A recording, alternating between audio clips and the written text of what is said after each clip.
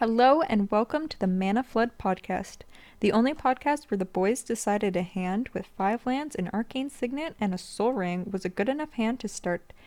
Get your floaties ready because the episode starts now. Hello and welcome to the Mana Flood podcast. We are doing yet another episode. This episode was actually originally supposed to be a hot takes episode, but we'll get into that in just a bit. Thank you so much to Nom Honey for that incredible intro and the outro that you'll hear at the end of the episode. We really appreciate all of the hard work you've done for us. So a big shout out to you. If you want to find her on X or what have you, the @ will have been above me, or you can just search @Nom Honey.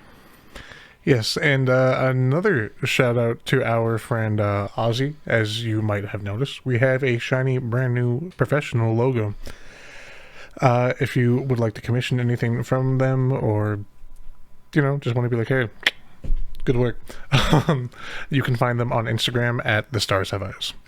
Right on. And of course, I am the host from the flood of this podcast. You can find me on X. You can find me sometimes streaming on Twitch. It's been a while though. Or I do actually host another podcast as well called Chaoticast TCG. I have no idea when we're going to get the first episode of that one up, but I'm on that one as well. And the wonderful gentleman beside me here, I am Parmesan. You can find me on X at Parmesan TV. You can also find me on Instagram at Parmesan TV and TikTok, where you can find me just shitposting mostly, also at Parmesan TV. Fair enough. I don't know if you've noticed. I don't know if we had this last episode. It's been a while since we've recorded, but we got some shiny new camera and different camera angles now because we're going to use our old ones for that. So,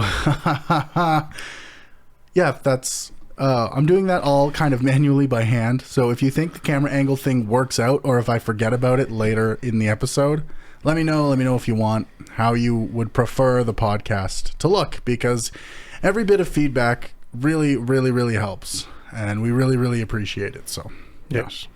Yes. So, like I said, this episode was supposed to be a hot takes episode. But we changed our mind after the first time we recorded it because we spent so much time just talking about the very first point, the very first bulletin that we'd made.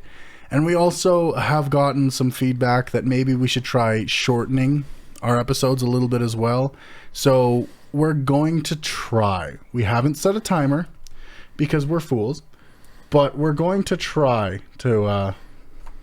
maybe make this a little bit of a shorter episode than it normally is. So bear with us here. But this episode, as you can tell by the title, is not, in fact, a hot takes episode. This episode is entirely on the first one. I'll just read the point we had for the hot takes, and then we'll just riff on it, completely improv, for the next undetermined amount of time. maybe grab a snack, a beverage, or hopefully 50. Hopefully it doesn't take as long. Hopefully we're actually able to shorten it down a little bit, but we're gonna see. We're gonna find out. But the mass amount of sets that are being released by Wizards of the Coast for Magic the Gathering are not only bad for the game, but they're actively dropping the popularity of Magic the Gathering, and this is actually one of the driving factors allowing new trading card games to rise in prominence for the first time in a long time. Wizards also has no control over the rules or anything for the Commander format, so they should stop trying to tailor cards to Commander. And a big one that is topical right now as of recording this, by the time this comes out, this will be kind of like month-ish old news, but Nadu was recently banned because Wizards straight up went, yeah, we fucked this one up. That's on us. We apologize. Yep. Yeah.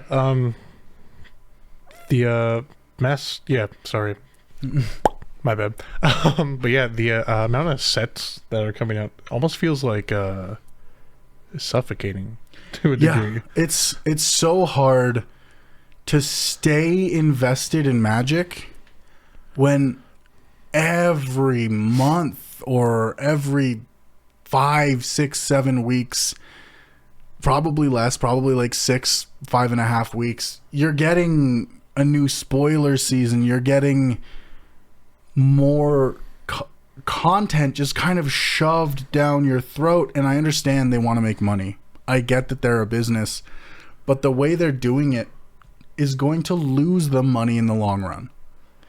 Yeah, it seems like before we obviously had like our regular sets. So just let's see, Innistrad, Dark Ascension, Avacyn Restored, just like standard sets more or less, right? Yeah.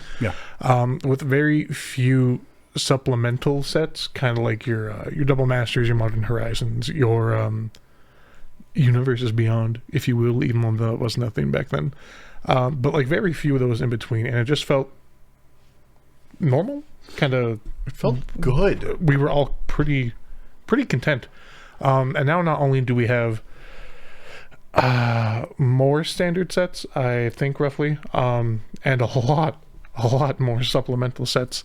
But now, like with each of those sets, we are getting so much product for each of those sets. Like now, Bloomburrow, for instance, right? Yeah. Bloomburrow, you have the Play Booster box, you have the Collector Booster box, you have, I forget what value booster question mark.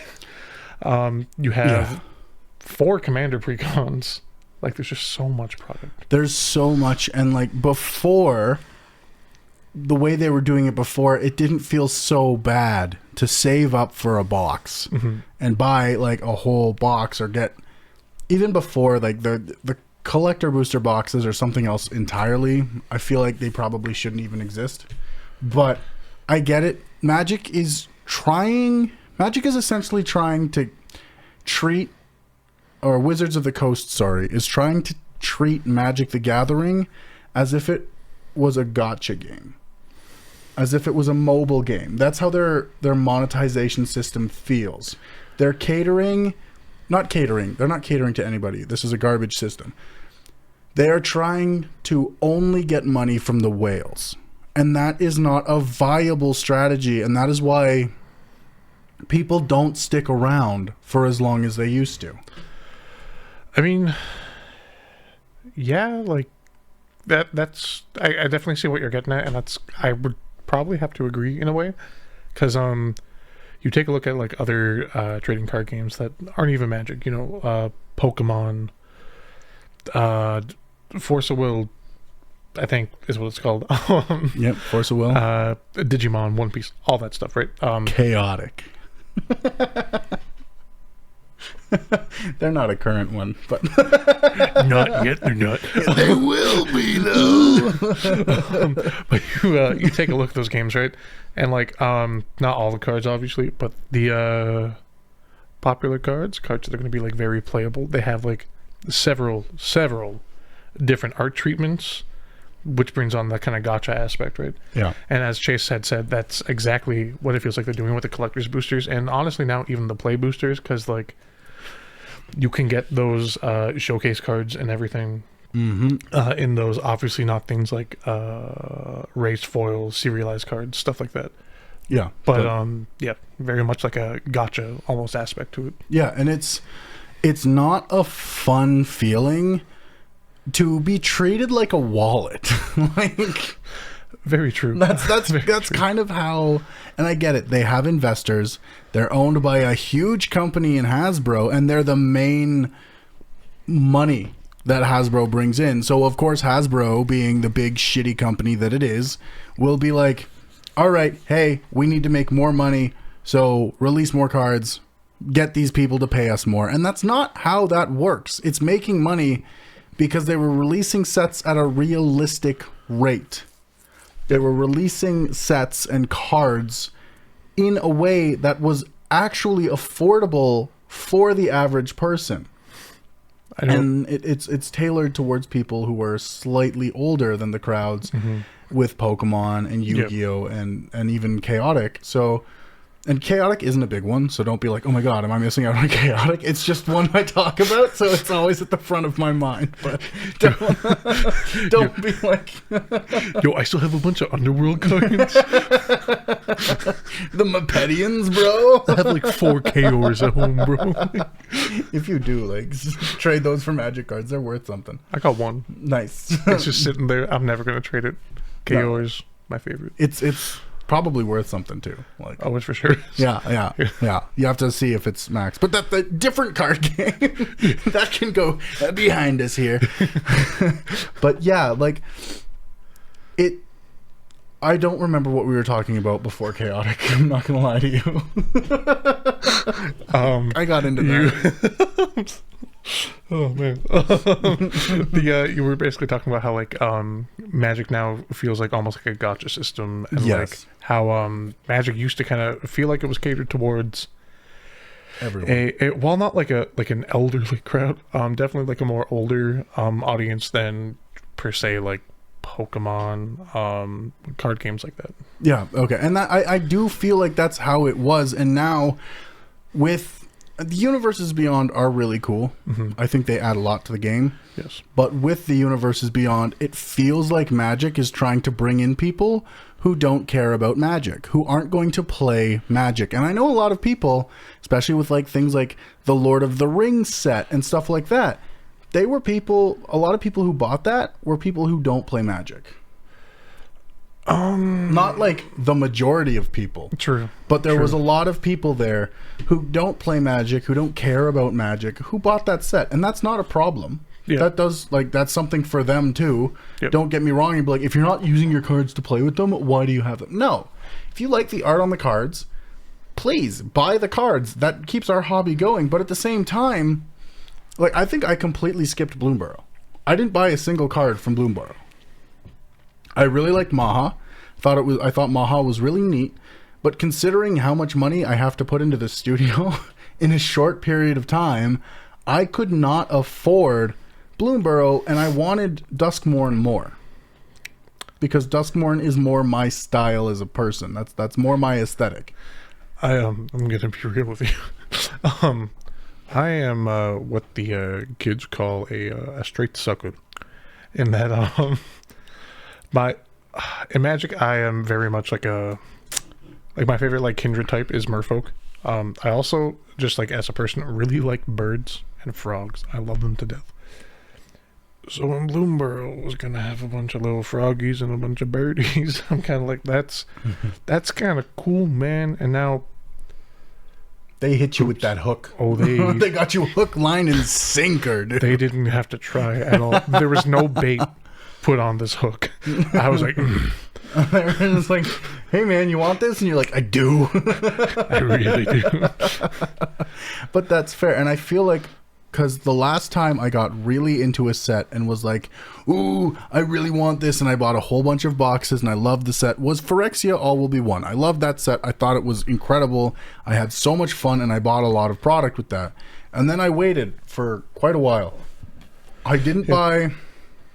I bought a little bit. I bought a Precon from Modern Horizons 3, and I very often just skip like a year's worth of sets because there's so many cards and so much product coming out. Having a small power creep doesn't change enough in my decks for me to care. I don't play the formats that need that power creep, right? Yeah. The ones that it really heavily affects, like Modern. Because in Commander, the power creep, you can complain about it all you want, but you don't feel it nearly as much as a lot of the other formats that can have 4 of a card instead of just 1. Not to mention the smaller deck sizes. True.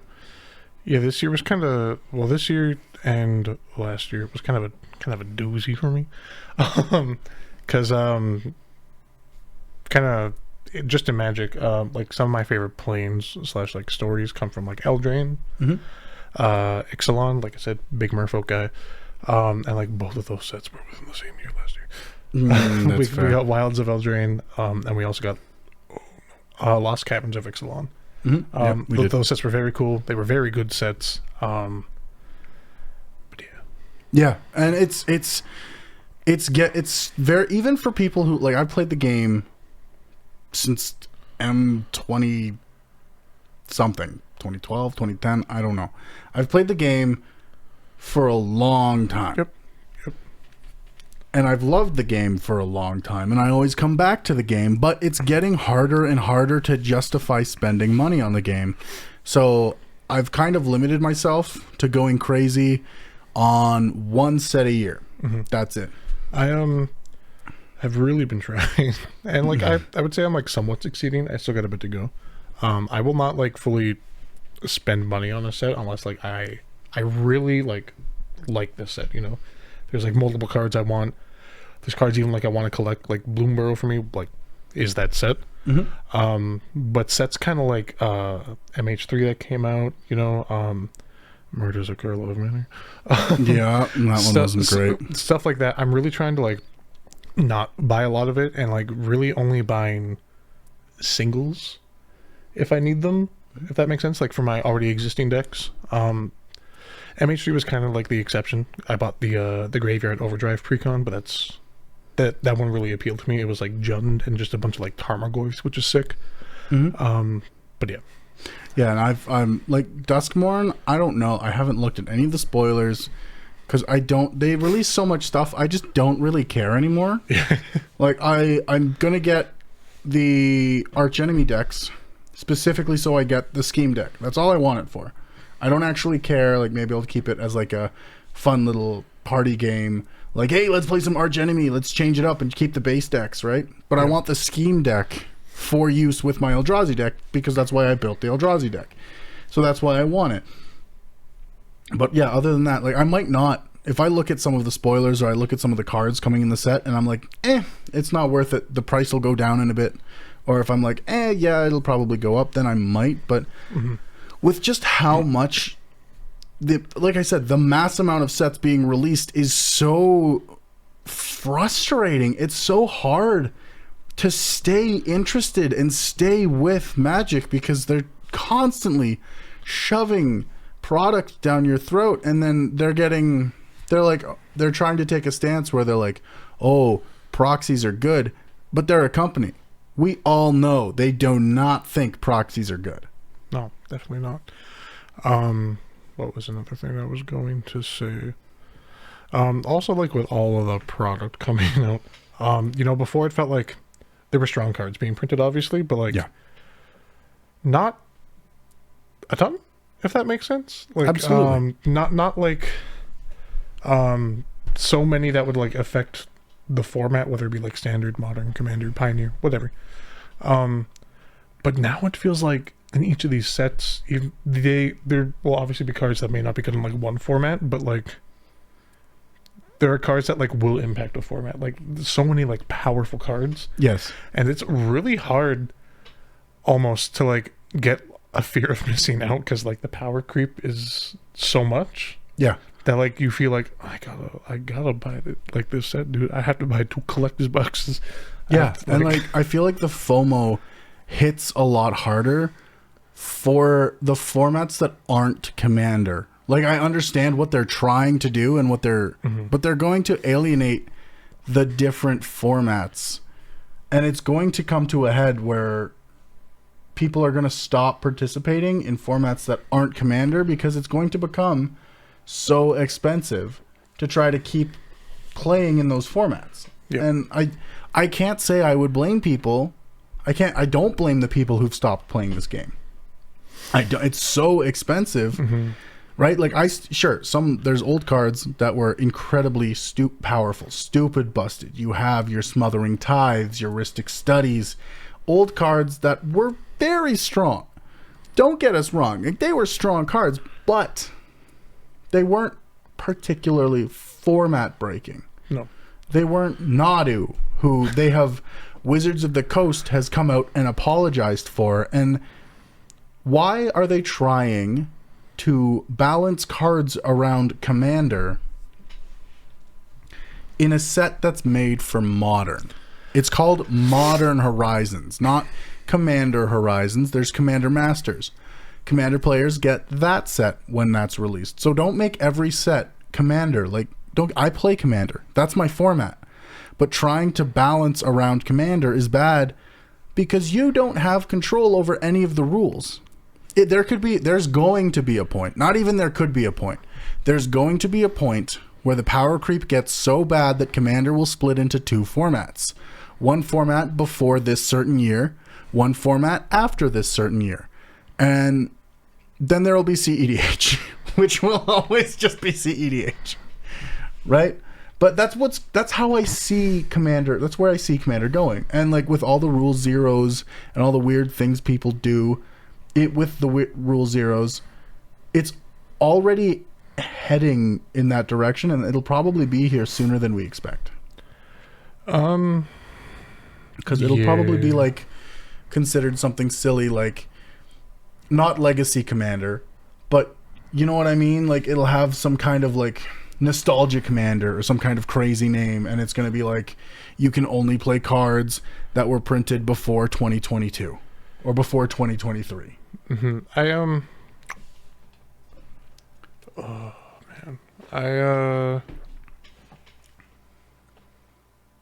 It's very late. You're gonna have to excuse us. It is very late. I also am like having problems for whatever reason formulating like an opinion about that, because like while I agree, I also don't agree, but I also don't know why I don't agree. It's the power creep that's going to force that, and the sheer amount of sets, and people are going to want something more casual. People are going to want a format that is Commander, but they don't have to worry as much about money, and then they'll make this new rules, and it could be that the one that Wizards, because Wizards as is has no control over it, but it could be that like the whatever I just said Commander, the Nostalgia Commander or whatever, it could be that becomes the more popular form of Commander, and then it doesn't matter what Wizards does. They fucked themselves and they lost the majority of the player base, and now they're only buying old cards or proxying older cards. And okay, perfect. I have now formulated an opinion. My bad. Sorry that took so long. I had to bullshit a little bit so that you could get there, but we did it. We did it. So basically, I think the majority of my brain disagrees, just for the simple fact that yes, power creep, obviously very, very, very real. But also just like in Commander alone, the difference between just regular ass casual Commander and CDH is so vast in my opinion. Because yes, you have a lot of these like really strong cards in Commander, like Rustic Study, Smothering Tithe. We'll go with some more here. Nadu even. Sorry, I'm actually not going to mention Nadu because Nadu is actually like a busted ass card. But you know, cards that are like that strong. But the main thing that like kind of like separates the two is the fast mana and just the old dual lands. And I think until we reach a point where they have made those accessible to like the casual player, I really don't think we have to worry about that, because even though they have like all these new powerful cards, it's still going to be a bit of a process to win, in my opinion. Well, yes and no, because there's the power creep, and then there's the perceived power creep. And casuals, like, I would say you and I aren't particularly casual. We come at the game from a more competitive perspective, but people who are casual will take a look at the perceived power creep and get scared. And they will go, every YouTuber, every streamer, everyone who's making any kind of Magic content is talking about how crazy this power creep is. And they might not understand that they're actually talking about formats that aren't Commander, because the power creep in Commander is slow, right? But they might be thinking, oh, the game's being forced more towards a CEDH, which it is not. It is, it is still very, very casual and very easy to build a deck with older cards. But I could see this split happening when Wizards makes another mistake like Nadu. When Wizards makes another card that is format breaking and like insanely stupid and shouldn't be in formats other than Commander. And I can see people getting afraid and going, you know what?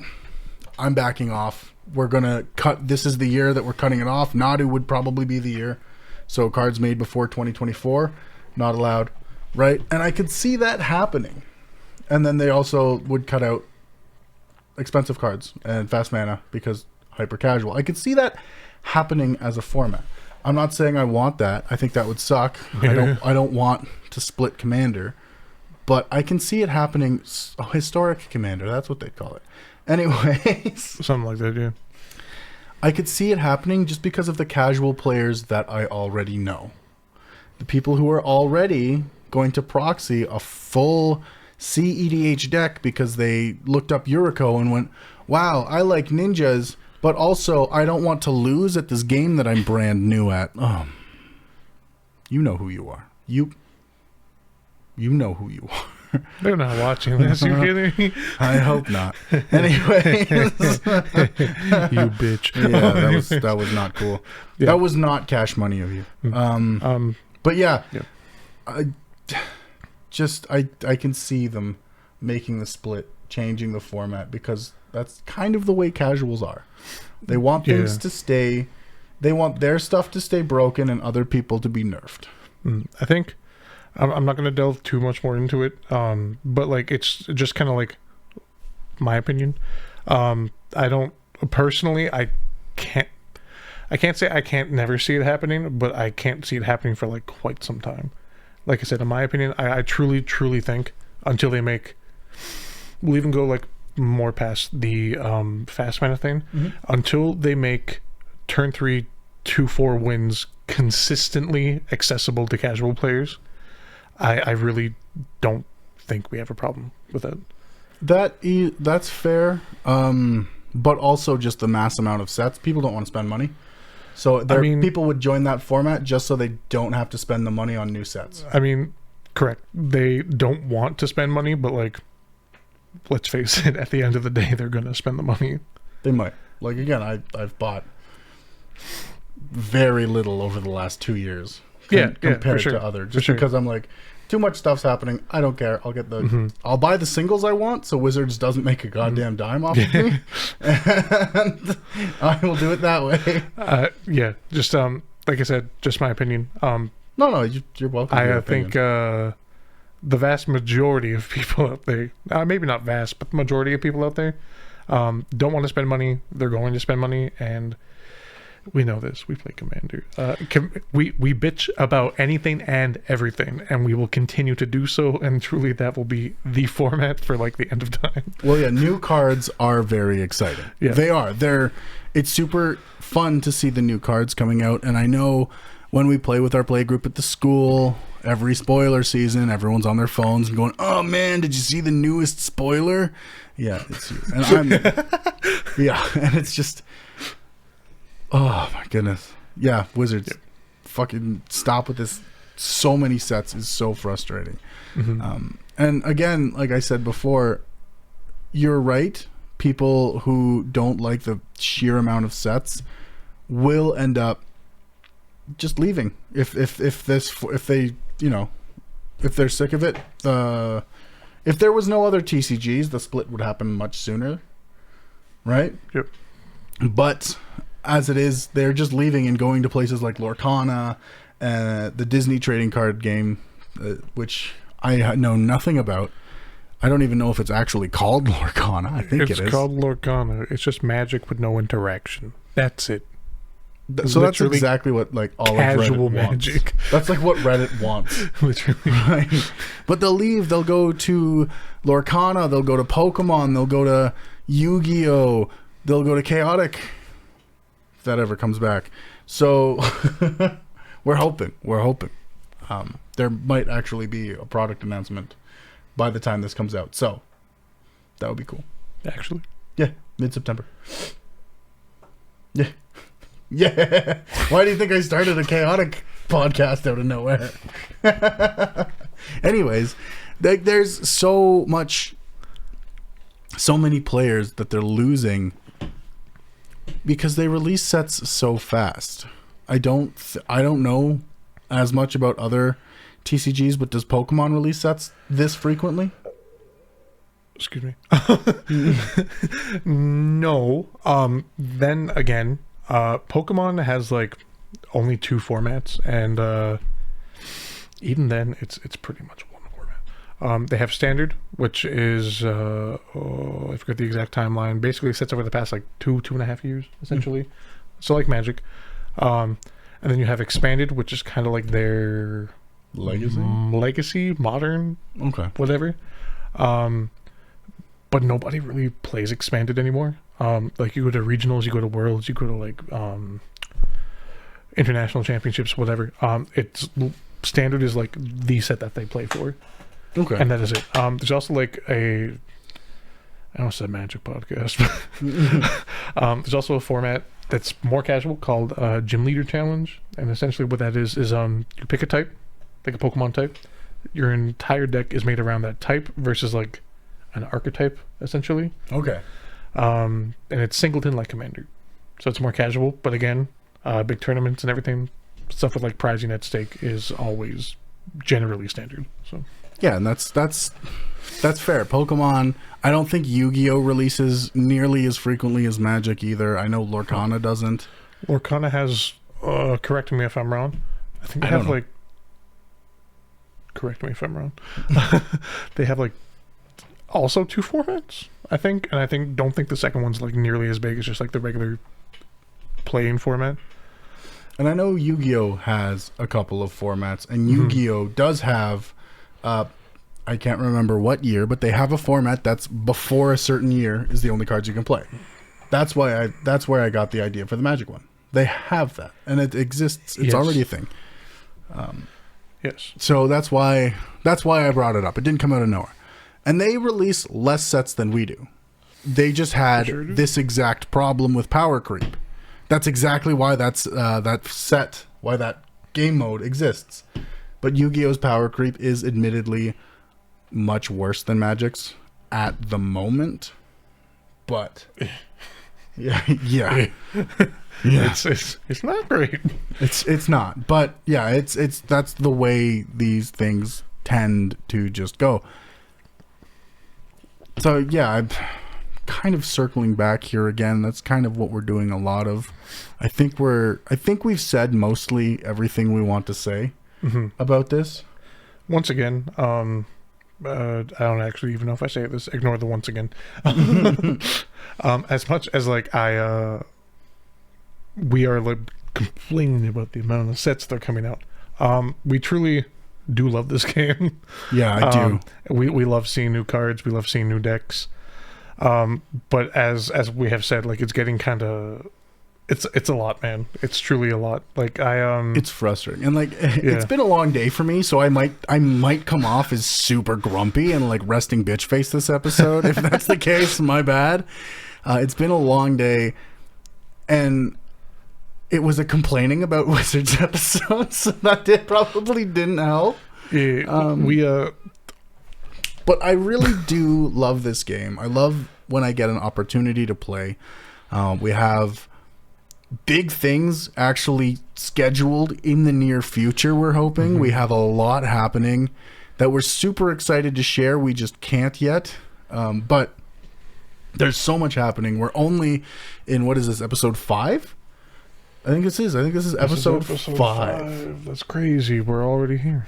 We're already here in episode 5, and we have a lot of stuff in the works, a lot of stuff kind of coming in the future that we're excited to share.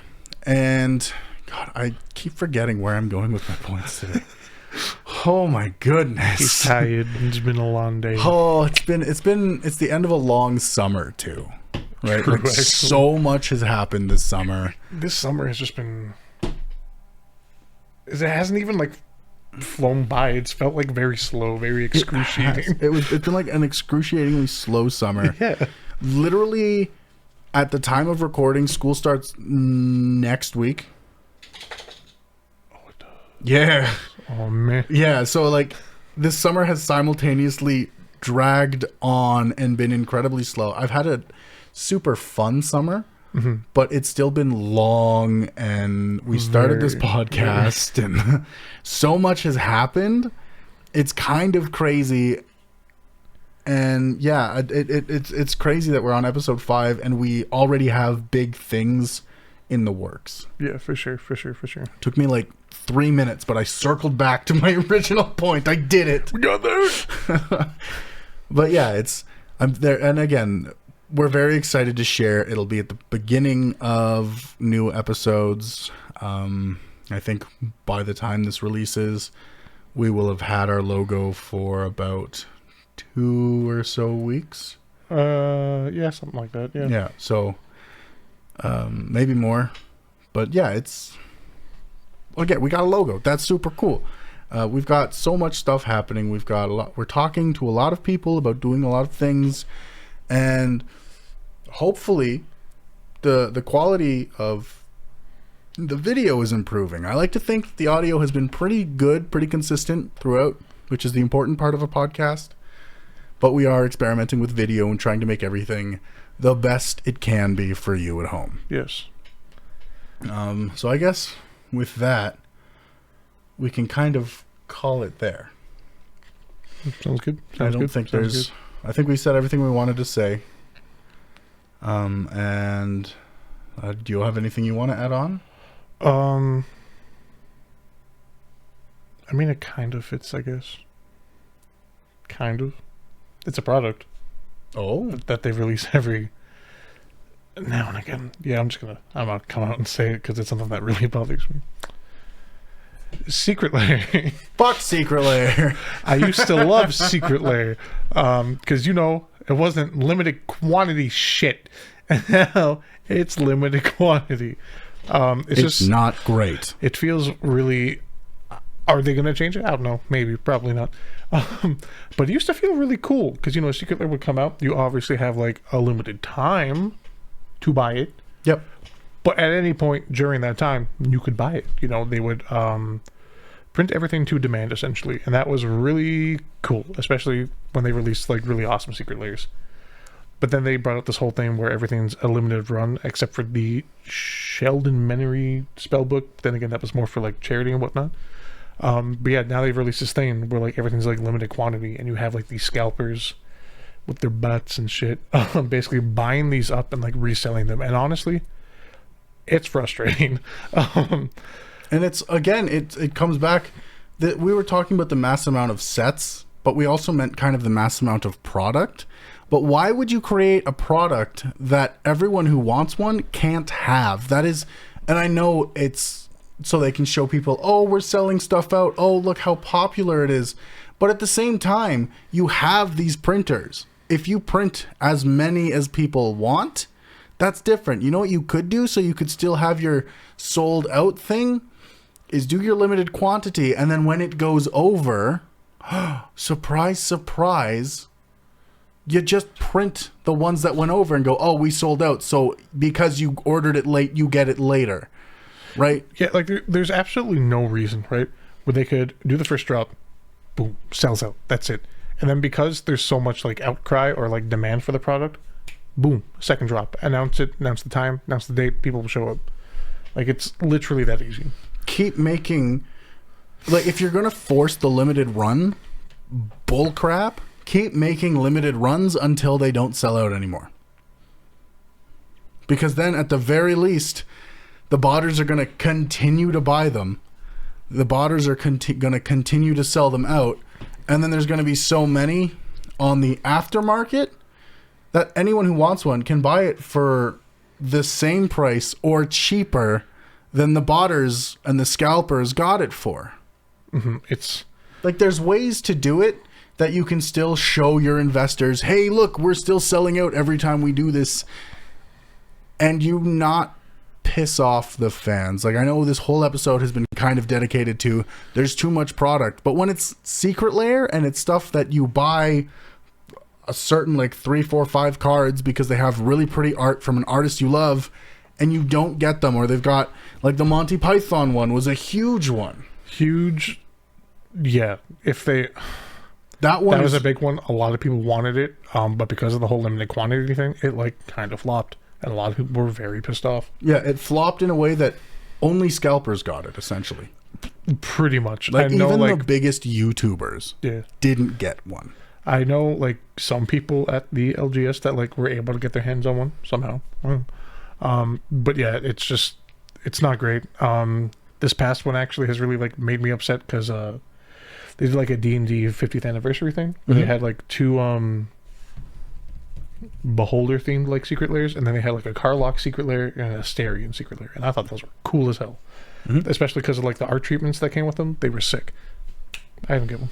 Yeah, because and it's not going to very many players anymore.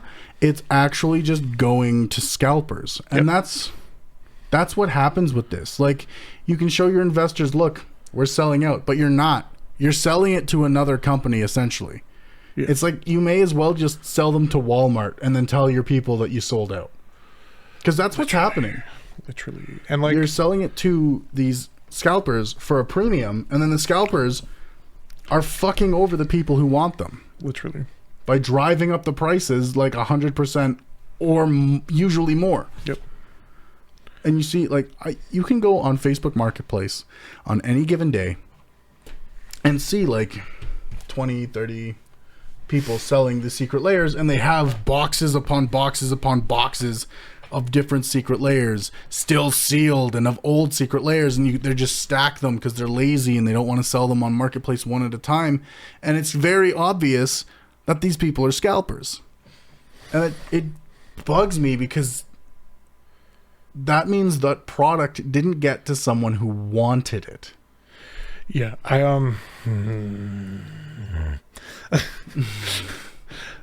have a lot of thoughts that I have to refrain from saying because they are not how do I explain it? Could get some hate, put it that way. Yeah. But yeah, just I don't know, man. Put it back to print to demand or something. Even if you were like the odd Secret Lair is limited quantity because like it's cool, it's like a collab of some sort or whatever. Fine, dude, but like it just sucks, man. Like, yeah, it's not great. So I guess to summarize this episode, because we made it sound like we were ending and then we talked for another couple minutes. Correct. So summarize this episode. Wizards, please stop making so many sets. Stop catering every set to Commander, which is a format you don't control. For instance, like Wizards has printed on Planeswalkers, this card can be your commander, to get around the rules committee saying Planeswalkers will never be commanders. Because Wizards don't understand why Commander is popular. They have no idea. They're just trying their best to break the format even more. Yeah. And you can see there's so many instances of Wizards just being mad that they have no control. For sure. So and as much as like we're complaining about you, Wizards of the Coast, we still appreciate you. You know, you made the game. yeah, We love you. you made the game we love. Just we want to support you. Just like please make the game consumer friendly. That's all we will give you money. We will. 100%. I mean, like Look behind us. Look at all these boxes. These are not like Wilds of Eldraine, Bloomburrow, New Capenna, Phyrexia, all will be one. There's Modern Horizons 3 Eldrazi Incursion deck up there. There is so much product that we will buy. Yeah, there's another Phyrexia box yonder that way somewhere. I don't know. There's another one over there somewhere, unless we threw it away. Like, there's so much stuff that we have bought. We will continue to buy. Just make your product more consumer friendly so more people can play this game that we love. Yeah, literally. You know, the more people playing, I think overall, the better for the game, truthfully. Yeah, the more people you can get that feel like this game isn't predatory, the more people you're going to have sticking around. Like, could you imagine if Settlers of Catan released an expansion every month? And it was like, you could, like, playing the base game got more and more difficult after every expansion? I'm going to be real with you. I hate Catan. So I don't give a shit. But, like, you know what I mean? But Yeah, like, that I kind know of, like, what you a mean. board game like that. Yeah. Like, if chess was constantly releasing new expansions every month, Buy this expansion to get the the extra queen for your side of the board only. Like, fuck off. Chess with microtransactions is crazy, dog. Get this sick Gundam skin for your king. Like, we got chess with microtransactions before Half-Life 3.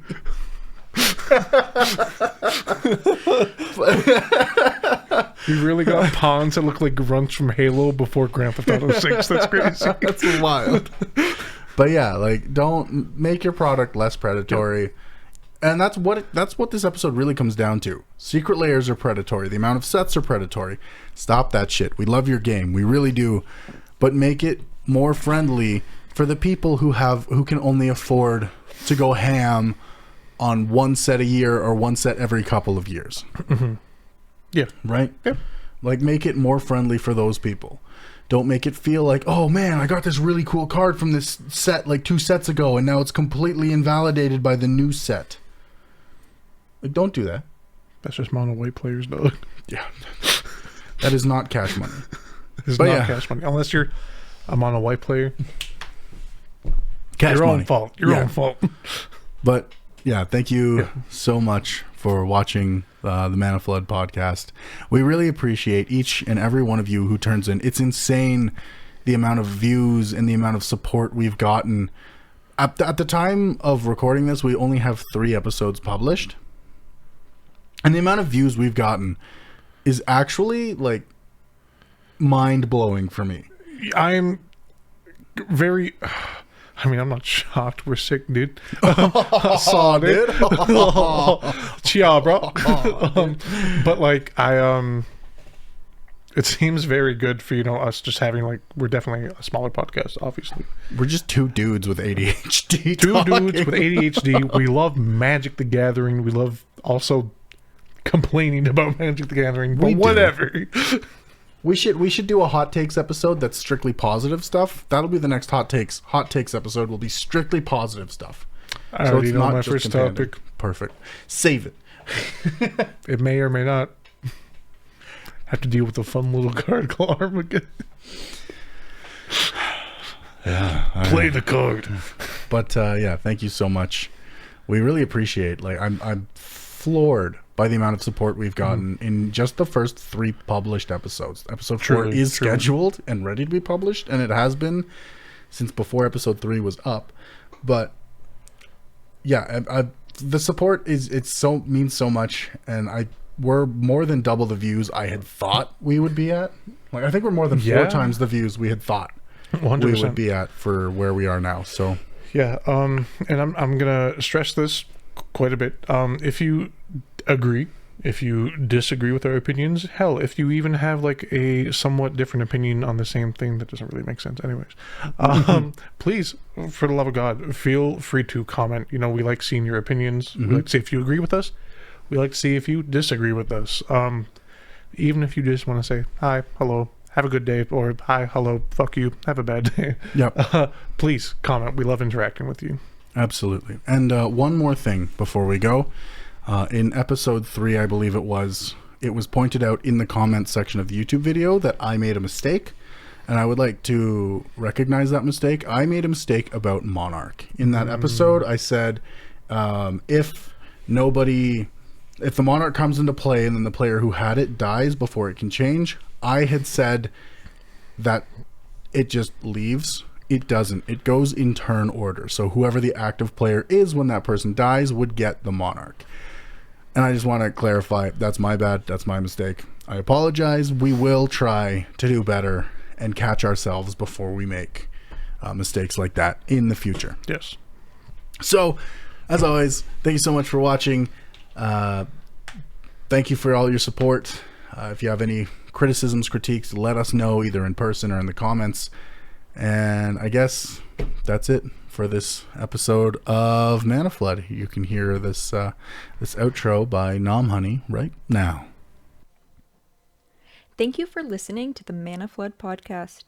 Any references to companies or other content creators in this episode are done strictly out of love for the brand, as we are not sponsored. If you would like to contact us, our email is floodedmanapool@gmail.com, or find us on X @floodedmanapool. You can also contact the host directly at From the Flood or at Parma John. Have a good day. Bye.